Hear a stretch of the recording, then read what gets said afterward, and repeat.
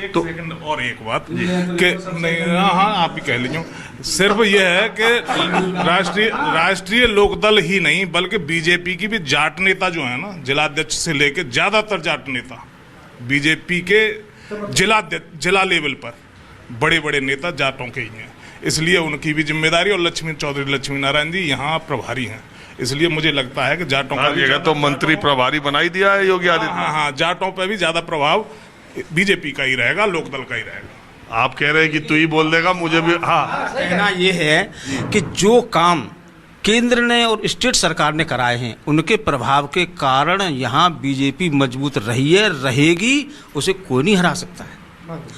दूसरा कारण जो बसपा सपा कभी किसी में चले गए कभी किसी में, इन दल बदलियों को वोट नहीं मिलेंगे। तू मत बतावे हमें, हम अपनी बात कह रहे हैं। और दूसरा, सड़क पानी बिजली, योगी जी ने जो आदमी किसान दिन में पानी लगाने जाता था जो तक बिजली चली जाती थी, योगी जी ने ऐसा कर दिखाया कि 24 आवर लाइट आ रही है, रात को चैन से सोता है और दिन में पानी लगाता है, फिर भी कोई परेशानी नहीं है। तो जब परेशानी किसान को नहीं है, किसान की समस्या हल हो रही है, हम लोगों की समस्या ये है कि भाई सड़क बढ़िया बनी हुई है, आवागमन अच्छा चल रहा है, डिसिप्लिनरी चल रही है, कहीं कोई लूटपाट नहीं हो रही है, तो बीजेपी का पक्षधर इसलिए मजबूत रहा है, रहेगा। देखिए, लोकसभा चुनाव की दृष्टि से जहां खैर मैं बैठा हूं, ये अलीगढ़ विधानसभा लोकसभा में आता है, तो अलीगढ़ लोकसभा बीजेपी जीती, बगल में हाथरस बीजेपी जीती, उसके बगल में बुलंदशहर बीजेपी जीती, उसके बगल में गाजियाबाद बीजेपी जीती, यहाँ के बगल का नोएडा बीजेपी जीती, उसके बगल की मेरठ बीजेपी जीती, तो इसके बगल में 60 किलोमीटर दूर मथुरा है वो बीजेपी जीती, आगरा है वो बीजेपी जीती। तो जो बीजेपी लोकसभा चुनाव में जहाँ पर सबसे अच्छा प्रदर्शन था, मुझे लगता है कि ये वही बेल्ट था जहाँ पर बीजेपी को लोकसभा में बहुत अच्छी, बाकी जगह पर तो बीजेपी जाते जाते उधर हार का सिलसिला शुरू हो गया जब वो मध्य में पहुंची या पूर्वांचल में पहुंची। तो आप मुझे बताइए, इन लोगों की बात से आप इत्तेफाक रखते हैं या आपको लगता है कि लड़ाई होगी तगड़ी? नहीं, पूर्ण सहमत है इनसे। बीजेपी 100% जीतेगी, 101% बीजेपी जीतेगी। और आप क्या मानते हैं? मेरा यह है कि आपका जो है जो चैनल का माध्यम से जो आप हमारे पास आए, आपका हार्दिक अभिनंदन है। सबसे पहले तो मैं आपका भी धन्यवाद है, और छोटी दिवाली की और दिवाली की बहुत शुभकामनाएं हैं। खूब आपको मुकदमा मिले, आपके परिवार के लिए अगले साल आपको खूब मुकदमे मिले। देखिए इलेक्शन के संबंध में मेरा ये कहना है, योगी मोदी की केंद्र में और प्रदेश में दोनों की सरकार है, डबल इंजन की सरकार है। इसका कोई किसी भी विरोधी पक्ष से तो कोई तालमेल ही नहीं है। ये तो सिर्फ सत्ता के भूखे कि हमें रिश्वतखोरी नहीं मिल रही है, हमारा भ्रष्टाचार नहीं हो रहा है, इसलिए ये पैर पटकते हैं, कभी सपा में, कभी बसपा में, कभी लोकदल में, कभी कहीं जा करके। अच्छा, अब तो लोग, आप यहाँ इतने दिन से वकालत कर रहे हैं, आप महसूस कर रहे हैं भ्रष्टाचार खत्म हो गया? भ्रष्टाचार खत्म नहीं हो गया, भ्रष्टाचार की जड़ें खोद रख रखी हैं। लेकिन बात यह है कि भ्रष्टाचार कौन कर रहा है? भ्रष्टाचार वो कर रहे हैं कि जो एंटी प्रतिपक्ष के लोग हैं, उन्होंने भ्रष्टाचार यहाँ पनपा रखा है। बाकी जो सही मायने में जो भाजपाई है या जो देश के प्रति जिसका अपना एक भाव है कि हमें अपने देश के प्रति हमारी राष्ट्र प्रेम है, वो लोग भ्रष्टाचार से बिल्कुल जो है अरे भ्रष्टाचार खैर में सब जगह खत्म हो गया, सरकारी दफ्तरों में जितने भी विरोधी अफसर हैं, ये भाजपा की सरकार को जो फेल करने का जिन्होंने अपना मन बना लिया, वो अधिकारी भ्रष्टाचार कर रहे हैं यहाँ, और जो भाजपा ही मानकर रहे हैं अधिकारी वो भ्रष्टाचार। इनकी बात से आप भी सहमत हैं? मैं इनकी बात से पूर्ण रूप से सहमत हूँ। और एक और फैक्टर है जो योगी जी का नारा है कि बटेंगे तो कटेंगे, हिंदू वोट सब बीजेपी को पड़ेगा। बटेंगे तो कटेंगे, आ गया मामला। बटेंगे तो कटेंगे। भ्रष्टाचार पे आदत पड़ गई है अधिकारियों की, जो भ्रष्टाचार में लिप्त हैं, वो समाज की देन है। सरकार केवल रोक लगा सकती है। सरकार कोई रोक लगी? मैं कह रहा हूँ भ्रष्टाचार कम हुआ है। हाँ, आप मेरी बात सुनिए। अखबार में कम से कम मैंने 20 इस तरह से पढ़ा है कि सीबीआई ने और भ्रष्टाचार निरोधक जो दस्ते हैं उन्होंने कई लेखपालों को पकड़ा है, बैंक कर्मचारियों को पकड़ा है और कई अधिकारियों को पकड़ा है जो इस शासन से पहले कभी नहीं पकड़े गए थे। कभी भी भ्रष्टाचार को पकड़वाने के लिए किसी के अधिकारी के पास जाते थे तो वो स्वयं पहले पैसे मांगते थे, तब वो कहते थे कि हम पकड़ने के लिए आएंगे। आज कोई भी शिकायत करता है तो वो तत्पर आकर। अच्छा, ये महाराष्ट्र में चुनाव हो रहा है, मालूम है? हाँ, महाराष्ट्र हो रहा है। वहाँ के बारे में तो हम यूपी के रहने वाले हैं, अब एकदम वहाँ तो नहीं हम कुछ कह सकते। लेकिन सनातनी है हम लोग, पूरा देश सनातनी हो गया है। अब सब सनातनियों का ही अड्डा है क्या? नहीं, अड्डा नहीं है ये लॉजिकल बात कर रहे हैं हम, ये अड्डे की बात नहीं कर रहे हैं। ये तो पूछ रहा हूँ कि उन्हीं का अड्डा है। ये लॉजिकल बात है। ये सनातन तो सब है, जो राष्ट्र का नहीं वो किसी काम का नहीं। हिंदू है जो, वो तो सब सनातनी है।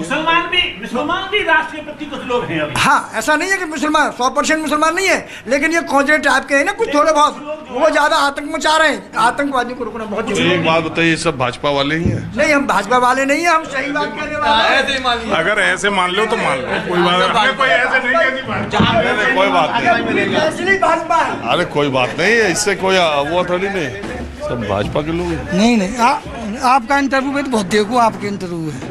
हाँ? आपके इंटरव्यू में बहुत देखता हूँ। ठीक रहता है। हाँ, आपका इंटरव्यू हरियाणा में तो फेल हो गया।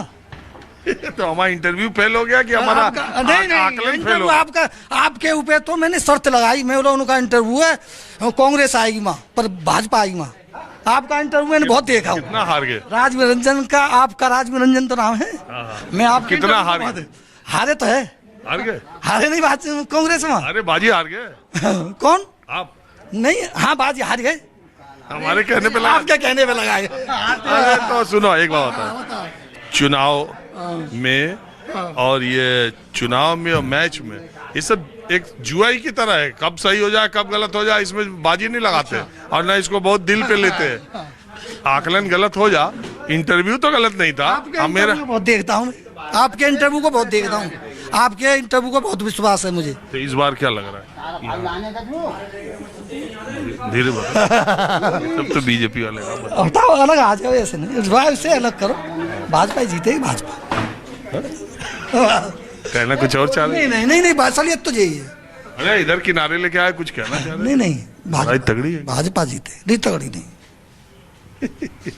हाँ जी, कुछ कहना चाह रहे? ना जी, मैं कैसे ना करूँ, सही से। मैं कहूँगा 2 मिनट इसको माइक को बंद करें। मैं आपसे मिलने आया हूँ सर। मैं आपका जूनियर पत्रकार हूँ, संपादक यूथ प्रभात समाचार। अरे कोई बात नहीं, तो माइक बंद करने का नहीं है, इस माइक हमारा एक बार चालू हो जाता है चालू। आप तो पत्रकार हैं यार, यहाँ के लोकल। क्या नाम है? मेरा नाम चौधरी राजेश सिंह है। बहुत आपको दिवाली बहुत शुभ। मैं बहुत आपको भी बहुत धन्यवाद। दिवाली के लिए बहुत शुभकामनाएं, मैं फैमिली, और मैं आपका बहुत बड़ा फैन भी हूँ और हमेशा आपको जो है देखता रहता हूँ और बहुत शुक्रिया। तो पहले अब आप यहाँ के चुनाव की अगर बात करें तो चुनाव बहुत कसमाकस, यहाँ कसमाकस होगी चुनाव पे। दरअसल बात क्या है कि यहाँ जो चुनाव हो रहा है इस बार भाजपा और सपा के बीच में है, खैर का चुनाव, और परिणाम असंभव आ सकते हैं। इस बार परिणाम असंभव रहेंगे।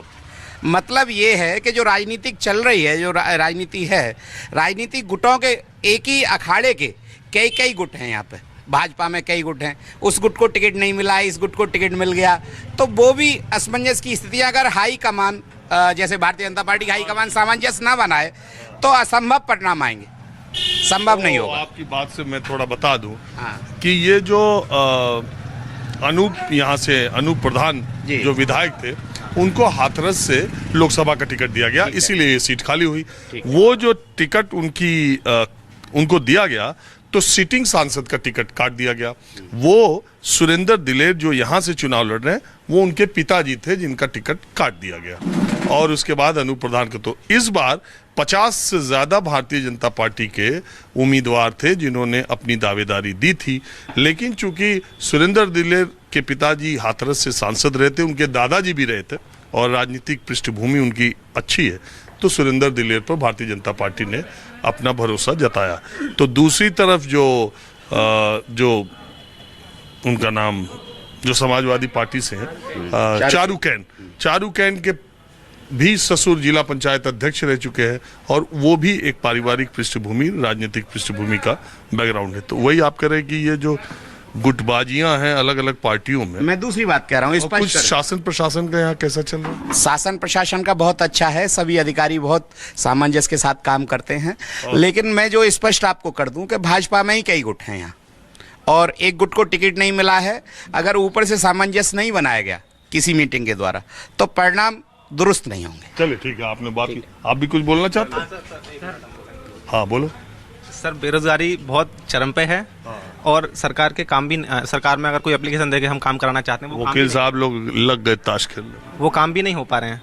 हम एक अम्बेडकर पार्क का निर्माण करने की हमने एप्लीकेशन दी थी, इस बात को कम से कम 8 महीने हो चुके हैं। प्रशासन हमें अनुमति प्रदान नहीं कर पा रहा है। पता नहीं बाबा साहब के नाम से इतनी जलन चिड़न क्यों है, क्या है, पता नहीं क्या है। एक अच्छा एक बात बताइए, ये पीडीए का नारा जो अखिलेश यादव दे रहे हैं,